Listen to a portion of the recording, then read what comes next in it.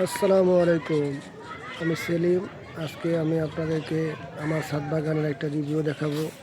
তো আসুন আমরা সবাই প্রথম থেকে শেষ পর্যন্ত পুরো ছাদটা আপনাদেরকে দেখাই। আমার ছাদ বাগানের প্রথমে আছে আমার এই ড্রাগন গাছ। ড্রাগন গাছগুলো যদিও আমি বেশি একটা যত্ন নিতেছি না, প্রচুর বৃষ্টিপাতের কারণে ড্রাগন গাছের অনেক ক্ষতি হয়। গাছগুলো কেমন যেন লালচে হয়ে যাচ্ছে এবং কি শুকিয়ে যাচ্ছে। তো এই বছর মোটামুটি ভালোই ড্রাগন ধরতেছে। মোটামুটি আমার এইটুকু ছাদ বাগানের মধ্যে প্রায় 40 থেকে 50টার মতো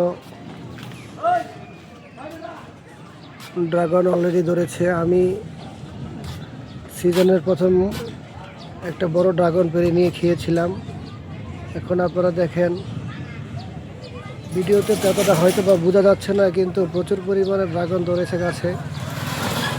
এই যে এখানে যেমন বড় বড় 2টা ড্রাগন আছে, এখানে আছে আরও 2টা, ওইখানে ফুল আছে, আরও অনেকগুলা ফুল আছে ভিতরে ভিতরে, যেটা হয়তো বা আমার ভিডিওতে পুরোপুরিভাবে আমি আপনাদেরকে বোঝাতে পারতেছি না। তো দেখুন, এই যে এখানে একটা আছে, এই যে এখানে আছে, ওই যে পিছনে আছে আরও 2টা, নিচে আছে। মোটামুটি অনেকগুলোই ড্রাগন ধরেছে। এটা হয়তোবা এই সিজনের প্রথমকার ধরা ড্রাগন গাছে। মূলত প্রতি সিজনে 3বার করে ফল ধরে। এই ফল খেতে অত্যন্ত সুস্বাদু এবং মানুষের কোষ্ঠকাঠিন্যের জন্য ভালো। আমার ছাদ বাগানটা আমি পরিকল্পিতভাবে করেছিলাম, কিন্তু আমার সাময়িক কিছু অসুস্থতার কারণে আমি ছাদ বাগানে ততটা আসতে পারি না।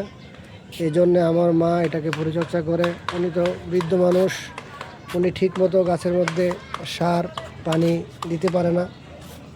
তারপরে দেখেন এখানে অনেকগুলো ডাঁটা শাক উনি লাগিয়েছেন, এমনকি সাথে পাট শাক লাগিয়েছেন। ওইখানে লাগিয়েছেন কিছু, এটাকে বলে,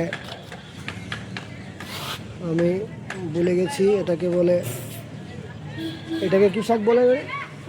পুঁই শাক। পুঁই শাক নামটা মনে আসতেছিল না। আমি এটা খুব পছন্দ করি। এখানে কিছু আছে অন্যরকম শাক।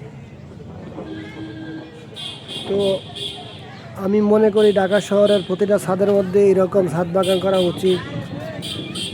কারণ আপনারা হয়তো বা ইতিমধ্যে জেনেছেন যে পৃথিবীতে এমন এক ভয়ঙ্কর আজাব আসতেছে। বিজ্ঞানীরা প্রিডিকশন করতেছে যে আমাদের খুব কাছাকাছি এলিনো আছে।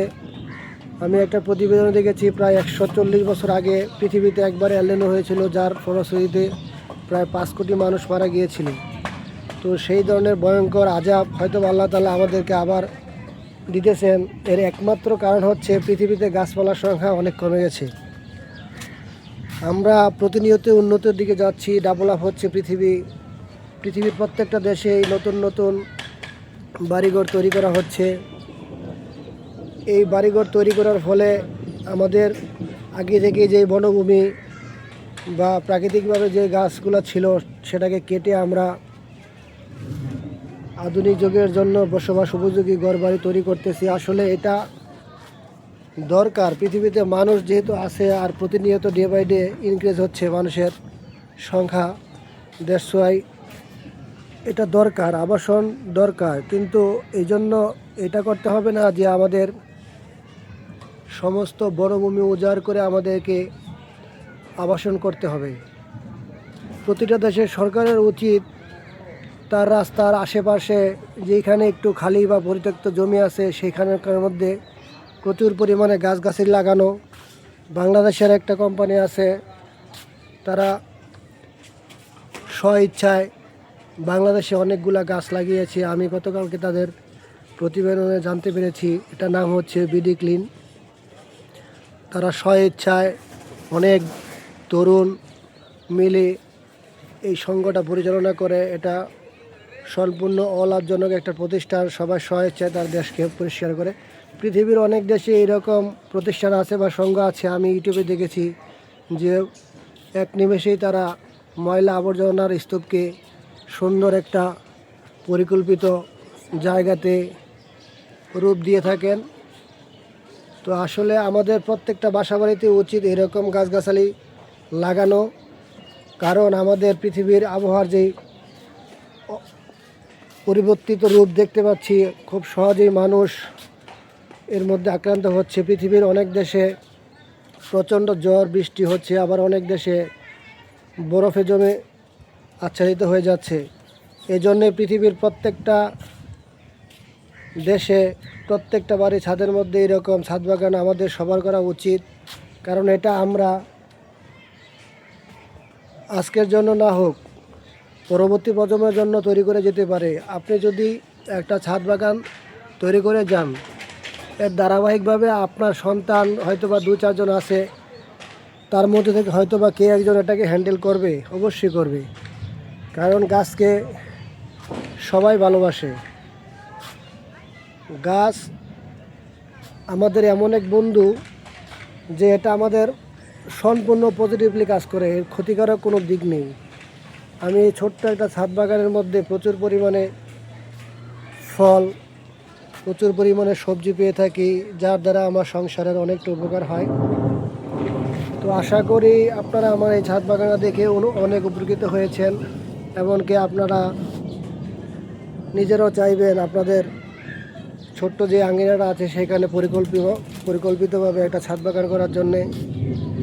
আমার ছাদটা যদিও ছোট, কিন্তু এর মধ্যে প্রচুর আমি ফল গাছ লাগিয়েছি, এমনকি প্রতিনিয়ত এই গাছ থেকে ফল খাচ্ছি। এইখানে বিশ্বাস করবেন না, আমার একটা পেঁপে গাছ ছিল, একটা পেঁপে গাছ থেকে প্রায় আমি 1-1.5 মণ পেঁপে পেয়েছি, যেই পেঁপেগুলো ছিল অত্যধিক মিষ্টি এবং খেতে খুব সুস্বাদু ছিল। আসলে কি, বর্তমান সময়ে বাজারে যে প্রচলিত ফল ফলাদি বা সবজি আমরা পেয়ে থাকি, সেগুলা সবগুলা ফরমালিনযুক্ত।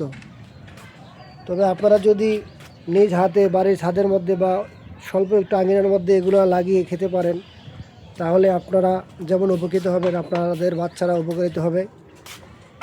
তো আশা করি আপনারা আমার এই ছাদ বাগান দেখে খুব খুশি হয়েছেন। তো আশা করি আপনারা সবাই আপনাদের নিজস্ব জায়গায় এরকম ছাদ বাগান করবেন। তো সবাইকে আজকের জন্য আসসালামু আলাইকুম।